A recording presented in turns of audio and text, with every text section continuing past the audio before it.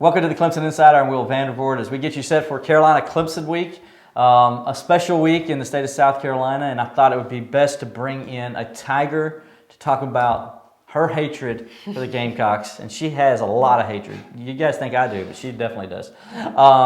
It's Kelly Gramlich with WCCP, former Lady Tiger. Kelly, thanks for joining us. We appreciate it. I'm glad to be here, Willie V. Second time. Round two. Yeah. Yes, very excited. Told you I was going to try to get you in. So I'm back. So I'm glad you're here. And so Kelly, let's. I know you're getting the pregame show ready, and you got Thanksgiving, you got to juggle and all that stuff. So what's this week like? Because is it similar to when you were a player? And you had to, like this week, because you had to go play in a basketball tournament or something, is it very similar to try to juggle everything? It's somewhat similar. I get more time off, though, currently, as a sports media person. But yeah, Thanksgiving is always an interesting week. And that's the thing with football and really with basketball in general, is basketball does not care about your holidays. Mm-hmm. Basketball does not care at all with Thanksgiving and Christmas. So generally, we'd play a Thanksgiving tournament. Maybe a Christmas tournament. One year we went to Las Vegas, which was really exciting. The men are out there right now. They play. They're playing this week, so that's great. Yep. So it's balancing that. But school gets out early, so that does give you some time to kind of just focus on basketball. And with us, I'll be on Wednesday, and then off Thursday, off Friday, but then pregame show. And we have a 6 a.m. pregame show. You loved it. You and Scott are loving that, man. aren't you? So we've only had one this year, which was a record, because last year we had so many noon games. And I thought it's only right that they're going to give us this one. But if we're going to have 6 a.m. shows, I'd rather they be away games, so we're not standing outside in the cold doing the show in the dark. So really, we've had a really good year with that. So where were you? I guess you'd be inside the press box doing it, or? No, we're going to do it from the studio. Do it from the studio? At the Priority One Security Studios at Oh, WCCP. okay. All right. So a little bit easier, nice and warm. You just bring your cocoa in. Oh, so much better than standing outside. And y'all don't know how Kelly thinks it's 60 degrees is freezing. So, I mean, when it's 30 degrees, I wore a big coat today. Yeah. See, that's what I thought. It's like 60-something degrees outside right now. I'm wearing just this. So, Kelly, you came to Clemson in 2011. Yes. And you were from Texas. Mm-hmm.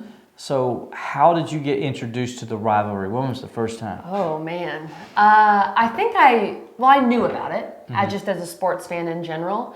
And probably my first taste of it was when we played South Carolina, and we played them so early because that's how basketball. I mean, we played them maybe the fourth game of my career. And it's crazy to think, but they weren't even ranked the first year that we played them. And I'm pretty sure that Clemson had beaten them either the year before or the year prior. So they weren't even ranked. And I remember it being a tough, hard-fought game. And it was a close one at home. We did lose it, but I want to say the final score, maybe we lost by 8 or something. It was a good game. And that was before South Carolina really became the juggernaut that they are today. But I realized there was a little more excitement around that game, and some of my local teammates told me a little more about it. My coaches at the time, they had quite a level of disdain for South Carolina. So that's when I was first introduced to it. And then really, I was introduced to it too through football, which was also a different level because there's just so many eyes on that game. And when I was a student, we didn't beat South Carolina until my senior year. So there was a lot of time there, as everyone remembers, where from what I had known, because again, I grew up outside of the state, I thought, hey, South Carolina's a pretty good football program. And then as I dug into the weeds and really understood the background. She just needed to talk to me. I saw what the overall record was and everything like that. But you can't, look, when you look at the 2011, 2012, 2013 South Carolina teams. Those were great teams. You can't say anything bad about those guys. No, they were great teams, had a lot of great players, guys that are NFL right now. And they really took the hammer to the Tigers during those years. And those were from really good Clemson football teams too. It's not like Clemson was bad. Yes, they were and top 10 I remember teams. watching, gosh, my years get jumbled, but I only got to go to one of those games. Mm-hmm. And the other few, we watched them in the hotel as a team. And I just remember watching it, and you can't be there, which is tough. And then those games where Clemson just found a way to lose, it was tough. But being in the stadium for the 2014 game, so the streak started with I'll you. never forget. You started the streak. Didn't we lose in 2010? Oh, you were there in 2010? No, I was not. Okay. It wasn't my fault. Yeah, so see, your first time watching it live in person in 14, right? That was Deshaun Watson torn ACL. There you go. So that's the first year of the streak. Thank me for that. Yeah, I was on the hill. So you started the win streak. So that means you need to be in Columbia on Saturday. Oh. My first ever game in Columbia was 2 years ago. Football game. And night game, by the way. Yeah, it was a night game. And when I Did told you get hit people, by a battery? I didn't get hit by anything. Okay. But when I told people I was going, I got a lot of warning messages, right? Yeah. So it really was fine. Probably one was from me. Yeah, for sure. Nothing was thrown at me. Did get heckled a little bit. I remember I was walking into the game, and some guy just pointed at me and said, "Tater," and then just kept walking. And I thought, okay, great. I didn't really know what to do there. But then the game was very much out of hand. So you thought you were at a Ron White concert then? I know. Tater. I mean, I knew it. Yeah, you know what it is. The joke, but yeah. It was cool to experience. I don't really feel the need to go back. What would you rather be called, a For a chicken game. or a tater? I'd take tater any day of the week, wouldn't you? Probably tater. Yeah. Because nobody wants to be called a chicken. Sweet potato casserole, Thanksgiving. And it's the thing I've never It understood. works. It's the thing I've never understood. It's one of the few places in the country, the other being Arkansas, and I hate to say this because I'm not dissing your Longhorns, but maybe Texas too to a certain extent, where you're actually eating your mascot before the game. So not only is your opponent eating it, but you're eating it too. Because I know a lot of South Carolina fans that go over to the Bojangles right across from the stadium. I mean, and they got the fried chicken and they're tearing it up. I'm like, of course. If I'm a Gamecock fan, would I eat chicken on the day of the game? I don't care if it's Clemson or anybody. That's crazy. That's a good point. I did not think about that with Texas. That if you're having a nice, maybe you're tailgating with some steak. That's pretty fancy. Maybe you are. Well, hamburger meat. Hamburger meat, sure. I mean, that's you're possible. Eating your mascot. You're eating your mascot. I've never thought about that. Yeah. Just opened my eyes to that. Yeah, and if you're Arkansas, that's true. You're throwing barbecue on the grill, having some Arkansas, pig. That's just like what I don't know. Thank goodness you can't eat a tiger. Yes. You could, but nobody wants to. We don't want to do that. Yeah. So anyway, so 2014. You're young to the rivalry. 2011. I'm old to it. I was born into this rivalry. Right. And we had a great conversation on your show this week about the rivalry and its history and all. How much did you learn about the rivalry, the history of the rivalry, while you were a student athlete? A good bit, yeah, and I think I did a lot of the research on my own too. Once I started hosting Out of Bounds and just wanted to really educate myself on the fact that it was played in Columbia for a lot of years and things like that that I didn't know. Big Thursday. Beginning. Yeah, which is really interesting, and of course the overall record, which is really telling, and kind of some of the great games that we've seen over the past, just over the history of the rivalry. So I have educated myself on it, and I think it's one of the best rivalries in college football. I know we've talked about this on the show, that Alabama-Auburn gets a lot of the pub, and Ohio State-Michigan, even some other rivalries that just don't, they talk about maybe an Oregon State-Oregon, and you're thinking, really? Why? But I think this rivalry is really underappreciated outside of this area, and there truly is a hate between these two schools. And a lot of it comes down to a state with no pro sports teams, and when you're born into one of these camps. And Dabo alluded to that in his press conference with Alabama and Auburn. Yeah. It's very similar here. You're stamped there when you can't leave the hospital until you live or die with it. And maybe you're a Panthers fan, or maybe you're a Falcons fan, or whatever. But generally, this rivalry matters more. And the beauty of it too is you're sitting at Thanksgiving dinner, and maybe you're eating dinner next to someone who is a Gamecock. And so that can affect it too, and bragging rights are just so important.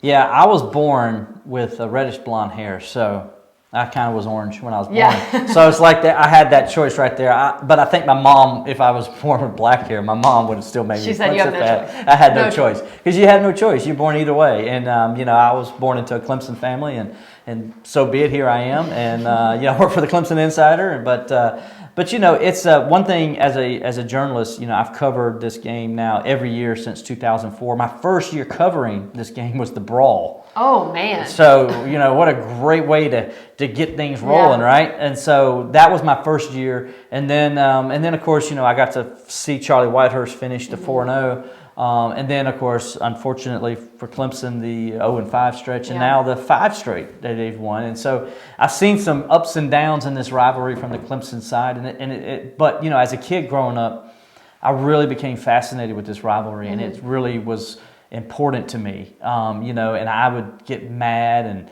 until to this day, I still get mad with other sports writers around the country when they try to say Carolina Clemson's not a big rivalry. I'm like, dude, you have no idea. You think Ohio State Michigan's big. Okay, on ABC on that late November Saturday, maybe it's big, but guess what happens when the game's over? Michigan fans go back to Michigan. Ohio State fans go back to Ohio. That's it. You guys don't see each other, right? Now you don't see each other no more. They probably do a little bit, but I see your point there. They're not living next to each other. They're not living next to each other for the most part. Right. And that is the unique nature of this rivalry. And I said this today on the show, Willie V. I wish that South Carolina Clemson got more national recognition. But the bottom line is, especially since 2014, so the last 6 years or so, South Carolina hasn't done much to allow this rivalry to get national recognition. That's they true. haven't been ranked, and so you're not going to put this game in prime time if you just think Clemson's going to bludgeon South Carolina to death. So But that's they put the NC problem. State in prime time. Well, it depends on what's happening. That's the other part too with Yeah, it rivalry is. week is there's so many other good games. There are. You do if you don't have two ranked teams playing, I think it is hard to get noticed just because you've got Ohio State, Michigan, Alabama, Auburn, and then even some other matchups with ranked teams like in Oklahoma, Oklahoma State. Yes, Oklahoma has dominated that rivalry in their history, but at least Okie State's ranked and the spread is not 26 points. So I think that's one of the issues facing the rivalry today. But what is Clemson going to do about it? It's not on them. It's on South Carolina at this point to make it more nationally relevant. South Carolina up their ante, because Clemson upped their ante when South Carolina was on its run there in the early 2010s here, and Clemson kind of like kept going and kept building its program, and eventually overtook them and turned the rivalry back to the way it's supposed to be, as I like to say, and so and now South Carolina's got to do the same. But this has been the story of this rivalry, I think, throughout its history because, South Carolina's had some spots of good teams here and there, but never anything consistent the way Clemson has. And here's one thing that makes me mad because I saw somebody say it yesterday, tweeted it to me. Well, the reason Clemson always dominates or always ranked on us is because Clemson plays in the ACC, and it's just easier. Well, you know what, South Carolina, it's your own fault. Because you played in the ACC at one point too. Remember that? Did you forget that? Did you forget your 1969 ACC championship? But guess what you thought was more important? Basketball. No offense, Kelly. You thought basketball was more important, and your basketball coach talked you out of the ACC because his players couldn't make the grades to stay in the ACC that he wanted to recruit. So he said, let's leave. Let's become independent. So you left. Then guess what happened? You were independent for 20 years. In 1992, you got an opportunity to rejoin the ACC again. And you know what you did? You said no, because the ACC says you can come in, but you have to be on 3 years probation. That's all they had to do, 3 years probation, and then you can play for a championship and all that again. You said no, we're going to go to the SEC, because we're going to go there and we're going to win, and we're going to be big time. How's that worked out for you? That's what I'm talking about. So don't whine to me and say Clemson's more dominant because Clemson plays in the ACC. You had your opportunity. Stop whining about it. You made your choice.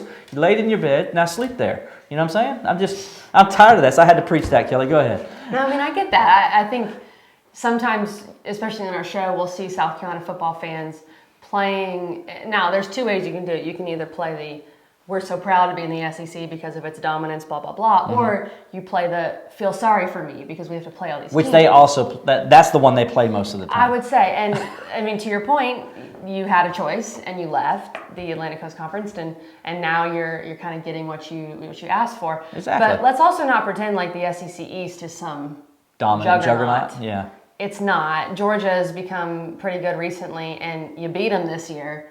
You just couldn't find a way to beat the Tennessees of the world and things like that. So there's the SEC and there's the SEC East. And historically over the last really decade, and even when South Carolina was having a lot of success, the SEC East has been down. Since Florida's been down, the SEC East has been somewhat down. Yeah. And I don't know if South Carolina's really taken advantage of it. They've won the SEC East, but besides that, I'm just not going to sit here and agree that the SEC East has been much more difficult than the ACC Atlantic over a 10-year span. Yeah, and that's why they can't be up there in the rankings like Clemson is. That has nothing to do with it because Clemson has went and played Alabama and beat them. They've went and played Auburn and beat them. They've went and played Texas A&M and beat them. They've played Georgia and beat them.